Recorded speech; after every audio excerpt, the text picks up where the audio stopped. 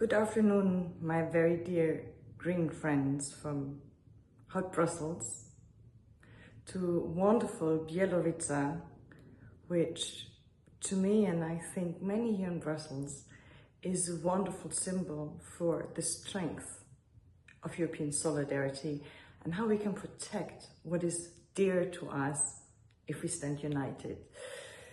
I'm very glad that I can be with the Greens, at least digitally today, with the Greens the Polish Greens who were and are one of the driving forces to protect the democratic, the freedom-loving soul of Poland against tendencies of repression and authoritarianism in recent years.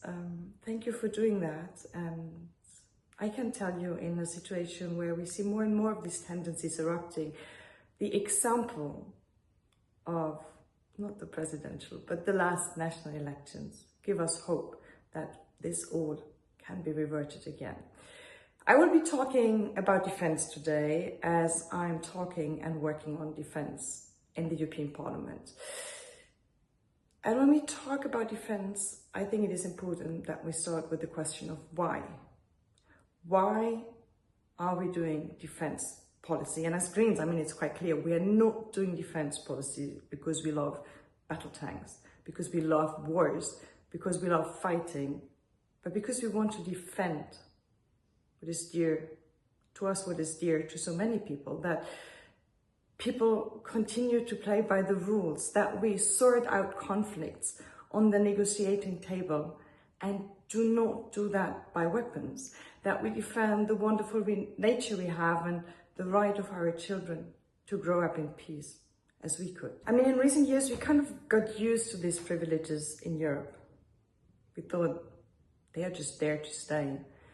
But Putin's aggression in Ukraine shows us, and shows especially those with a border to Ukraine or even Russia, that we will have to defend ourselves again and to prepare to defend the European Union against similar kinds of aggression.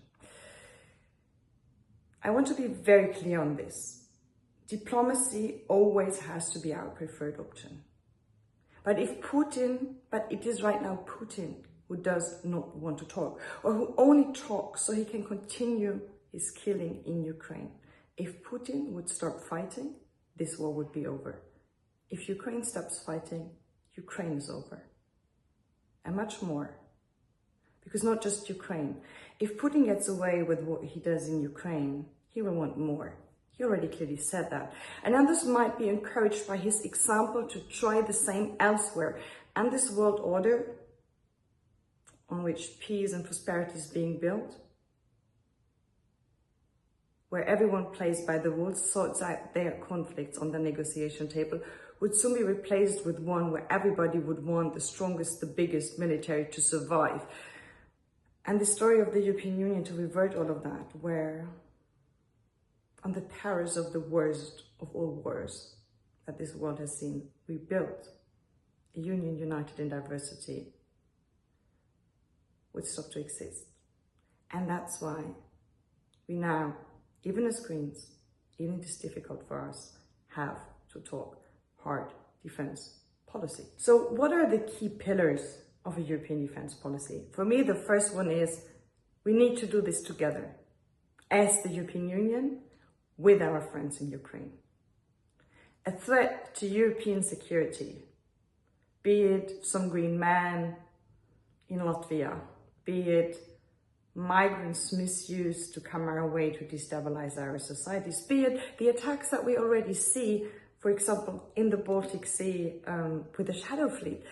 Either we stand up together united as the European Union, or the European project will be very, very much endangered. That means we need to invest in defense together as the European Union, not every member state. We need to decide together what is the equipment we need. We need to buy it together, if only simply because it will be cheaper, and we need to develop the new things that we will need for future defense together, especially in the field of cyber. It doesn't make use to build up 27 cyber shields.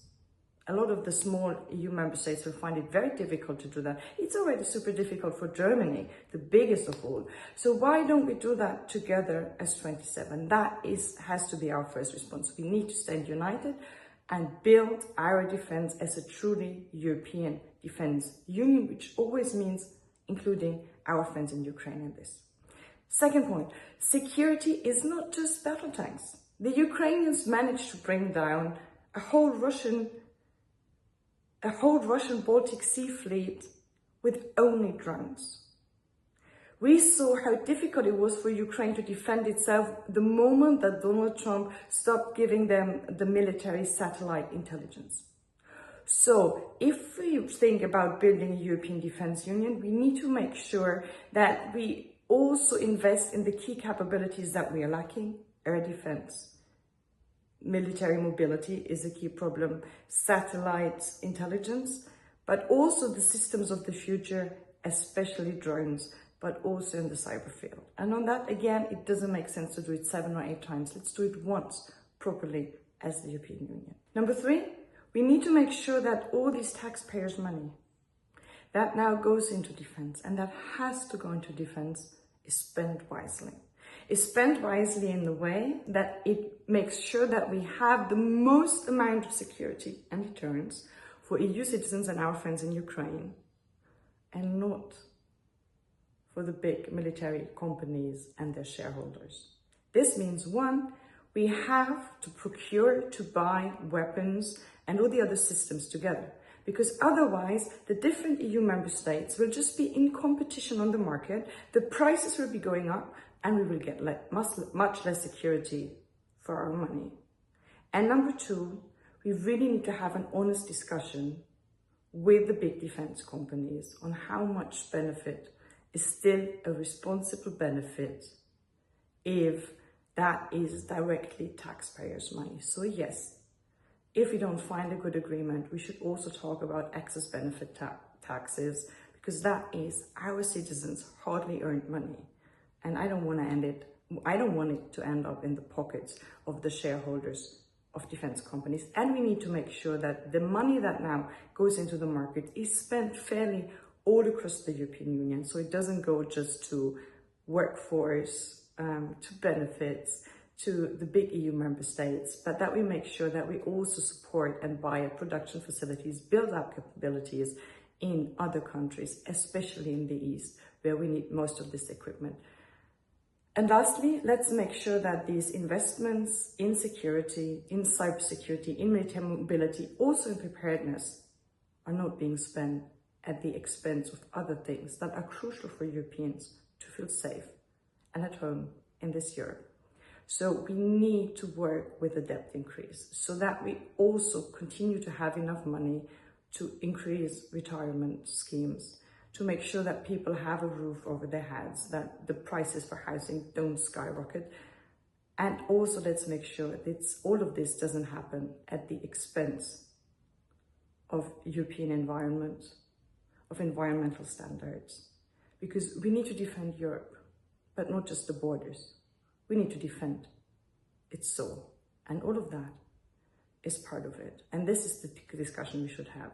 We have to invest in defense, but let's do it wisely. Let's make sure that we get the most security for the money we spend. And let's make sure we don't do this at the expense of our social fabric and the environment, the world, the beautiful nature we live in. And that is how I think a green defense policy should look like.